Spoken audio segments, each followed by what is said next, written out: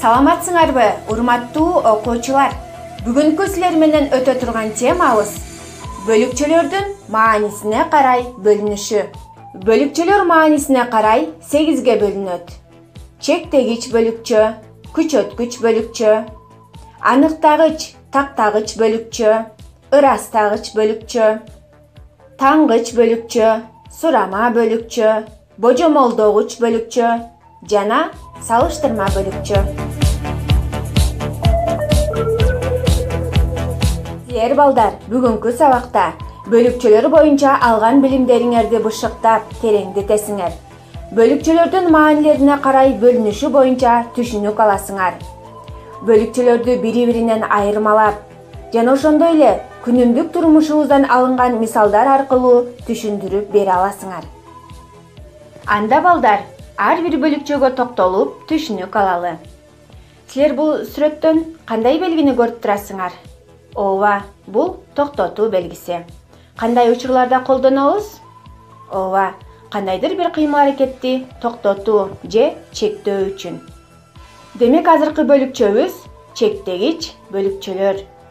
Чектегич бөлүкчөлөр кандайдыр бир затты, белгини же кыймыл-аракетти башкаларынан ажыратып, бөлүп, чектеп көрсөтүү маанилерин кошумчалайт.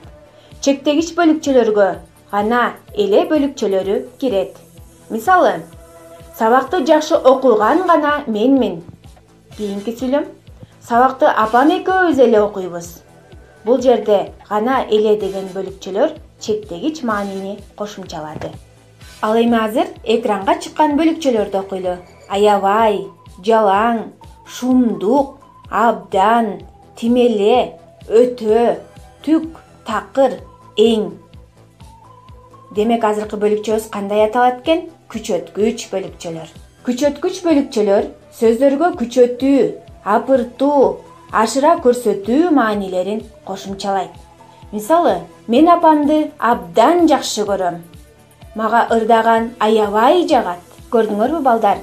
Күчөткүч бөлүкчөлөр сүйлөмгө күчөтүү маанисин берет. Ал эми үчүнчү бөлүкчөбүз аныктагыч, тактагыч бөлүкчө деп аталат. Аныктагыч, тактагыч бөлүкчөлөр сөздөрдүн маанилерин кошумча аныктык, тактык белгилери менен толуктайт. Бул бөлүкчөлөргө так, нак, дагы, дал, да деген бөлүкчөлөр кирет. Мисалы, айда жаңырды. Баласы так өзүн тартып комузчу болуптур. Бул жерде да, нак деген сөздөр аныктагыч, тактагыч бөлүкчөлөр болду. Силер балдар, экрандан телефонду көрүп турасыңар. Биз күнүмдүк жашообузда телефонду абдан көп пайдаланабыз. Эгерде бизге бирөө телефон чалса, көбүнчө учурда да сүйлөй бериңиз. Ооба, угуп жатам деп жооп беребиз. Да, ооба деген бөлүкчөлөр биздин жашообузда абдан көп кездешет. Демек, бул бөлүкчөлөр ырастагыч бөлүкчөлөргө кирет экен. Ырастагыч бөлүкчөлөр айтылган ойдун, фактынын ырастыгын, сүйлөөчүнүн ага макул экендигин билдирип турат. Ал эми азыр кийинки бөлүкчөбүз таңгыч бөлүкчө. Таңгыч бөлүкчөлөр айтыла турган ойду, фактыны тануу, жокко чыгаруу маанисин кошумчалайт. Таңгыч бөлүкчөлөргө эч, түк, турсун, турмак, тургай, түгүл, такыр деген бөлүкчөлөр кирет. Анда таңгыч бөлүкчөлөрдү катыштырып сүйлөмдөрдү түзөлү. Мисалы, мен мындайды эч күткөн эмесмин. Бул ишти сен тургай, мен да билбеймин. Сенде тамашадан башка эч өнөр жок. Сабагыбызды улантабыз балдар. Сүрөттөн кандай белгини көрүп турасыңар? Ооба, булар суроо белгиси. Демек, биздин кийинки темабыз сурама бөлүкчө. Сурама бөлүкчөлөр ыя деген бөлүкчөлөрдөн турат.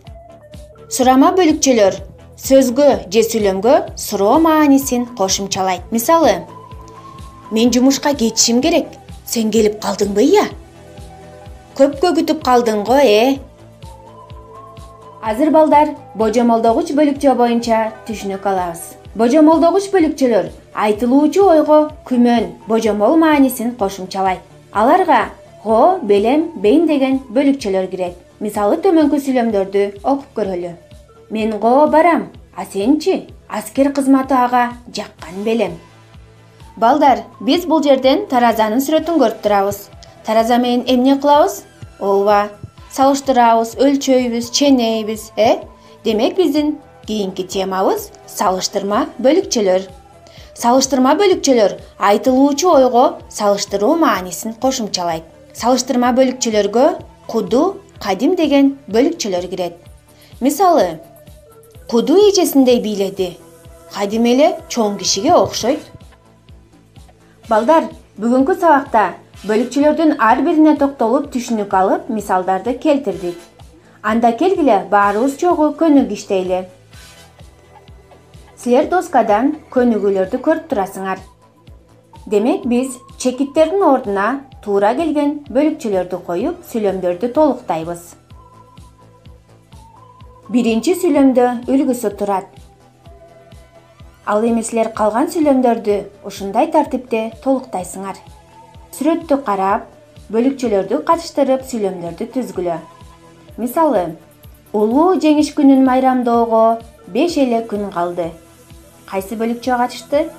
Туура, эле деген бөлүкчө катышты. Силер экрандан 5 бош турган бөлүкчөнү көрүп турасыңар. Өзүңөр ушул бөлүкчөлөргө маанисине туура келген бөлүкчөлөрдү катыштырып, сүйлөмдөрдү түзгүлө. Ал эми азыр балдар, сабагыбызды бышыктайбыз. Силерге суроо: бөлүкчөлөр деген эмне? Бөлүкчөлөр маанисине карай канчага бөлүнөт? Ар бир бөлүкчөнүн аттарын айтып бергиле. Азаматсыңар балдар.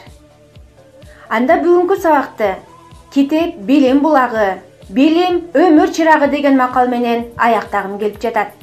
Анткени азыркы учурда жаштардын көпчүлүгү китепке кайдыгер карап, соц тармактардын кулу болуп, китепканада китеп окуган жаштар азайып бараткандай. Андыктан балдар, силерди ушул күндөн баштап көбүрөөк китеп окуганга чакырмакмын. Анткени китеп окуунун пайдалары абдан көп. Мисалга айта кетсек, китеп окуу стрессти азайтат, уйкусуздуктан арылтат, мээнин иштөөсүн жакшыртат, сөз байлыгыңарды кеңейтет жана ошондой эле жашоого максат коюуга көмөктөшөт. Китеп адамдын чыныгы досу жана окутуучусу, акылдуу кеңешчиси жана ишеничтүү жардамчысы. Андыктан балдар, жаш кезибизден тартып, китеп биздин талыкпаган досубузга айланышы керек. Келгиле, бүгүндөн баштап үй бүлөбүз менен бирдикте китеп окуйлу. Бүгүнкү өтүлгөн тема боюнча силерге тапшырма. Китебиңердин 164 бетиндеги 263 көнүгүүнү аткарасыңар. Балдар, силерге бүгүнкү сабак эмнеси менен жакты? Кандай жаңы маалыматтарды ала алдыңар? Силерге эмнелер өзгөчө болду? Мына ушул суроолордун тегерегинде өз ой пикириңерди калтырсаңар болот.